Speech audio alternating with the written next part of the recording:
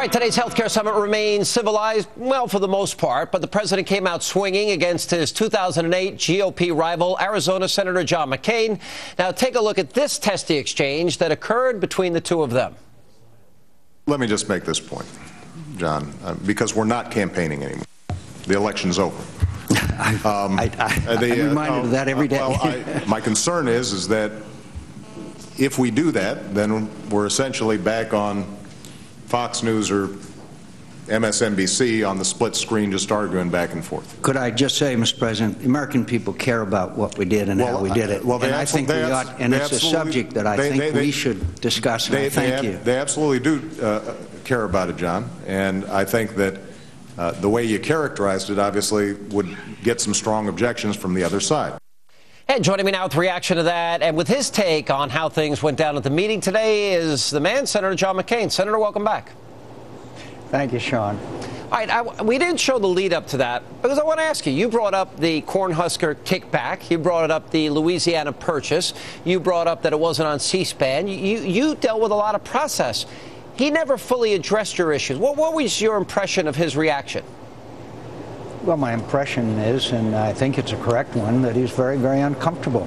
He really didn't try to respond to the unsavory sausage making that went on in developing this, quote, healthcare reform bill. And not only was it buying votes here, one of the, there are many things. One of them is $100 million for a hospital in Connecticut. What's that all about? Probably one of the most egregious is excluding, I think we call it Gatorade or the Florida Flim Flam.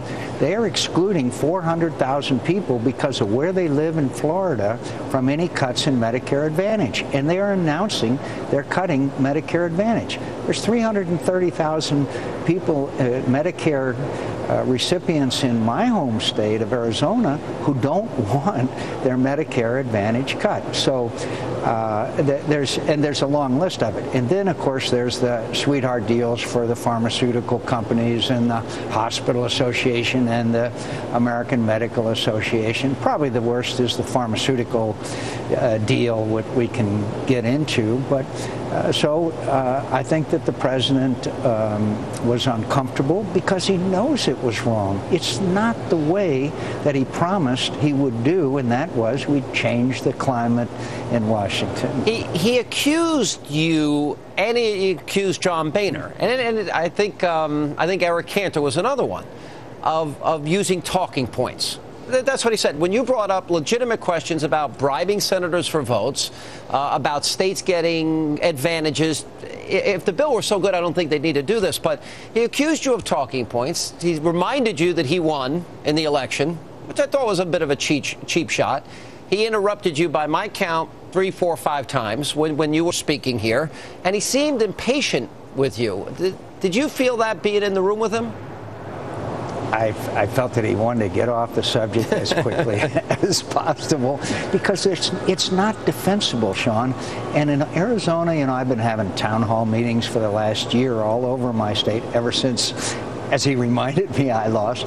And people are as angry about the process as they are about the product. I mean, they are outraged that just because of the influence of an individual or a vote that needs to be bought, that there should be these kinds of backroom deals going on, which, again, the American people were promised that we weren't going to do that anymore. I mentioned the president, probably wasn't happy to hear it, that 8 times during the campaign he said, on health care reform, he said, I'm going to have the C-SPAN cameras in the room so the American people will know, yada, yada, yada. Yeah, well, it was that, and Lamar Alexander, as I mentioned earlier when we just had your running mate on, Lamar Alexander brought up a lot of good points in the course of all of this, not the least of which is the issue of reconciliation. Now, he read the quotes that Harry Reid and then Senator Obama had used on the issue of reconciliation, and he wouldn't answer directly if he'll take that off the table.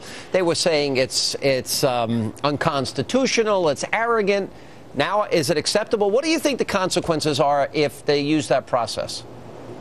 Well, as you know, later on in a conversation, I brought that up again because I had back some years ago, when we Republicans were in the majority, resisted the so-called nuclear option, which was that would only require 51 votes to confirm judges, which I felt would have been on the path to destroying the 60-vote procedure in the Senate. And so I brought it up, and basically his answer was, well, the people want to vote. That was really the most disturbing part of this meeting today. Even Robert Byrd said this would be outrageous. Reconciliation, that's the word. The meaning of it is reconcile small differences between House and Senate on budgetary matters. Never was it envisioned to affect 1/6 of our gross national product, and that's clearly the path that he signaled that we are on. It would be an outrage to the American people. You know, during the campaign, one of the things Barack Obama was, I guess, best known for is he's a great orator. He moved crowds. People would faint. You watched all of this as you were going through the campaign. I find it very interesting because he's given so many speeches, so many town halls, so many pitches for health care. It seems every time he speaks on the topic, he loses ground. Not to use the term reconcile a lot. How do you reconcile those two? I think the American people are figuring it out. I think the American people are always smarter than a lot of people give them credit for. They know what this is about. They know that it's a budgetary gimmick. It's going to end up costing them $2.5 trillion. They know that the states can't afford Medicaid expansion like this, and they're very smart, and they're very resistant to the government intervening in this massive fashion in their health care and getting between them and their physician. All right, Senator, always good to see you. Thank you for being with us. Thank you, Sean. And